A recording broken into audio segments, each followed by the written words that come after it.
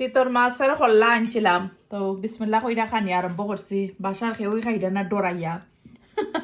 এখানে না শীতল মাছ খড়ি খতা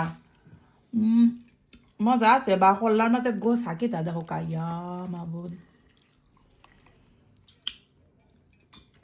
শীতল মাছও খাওয়া বাক্কা ডিফিকাল্ট আছিল আল্লাহ দিলে খাইছি আদা খাইয়া দেখো কাজে বড় বড় গোসা কুলরাম ফার্স্টে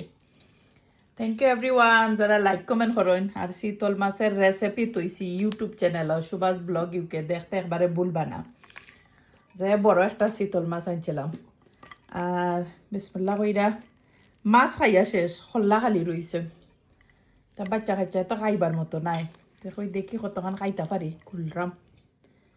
আর এখন জায়গাতে আছে কিবা তো গোসা কম হইব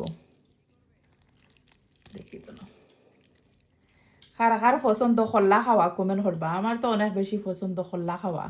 এই মাছ তো বাক্কা ডেঞ্জার আছে শীতল মাছ দেখো কত কুলচি খল্লা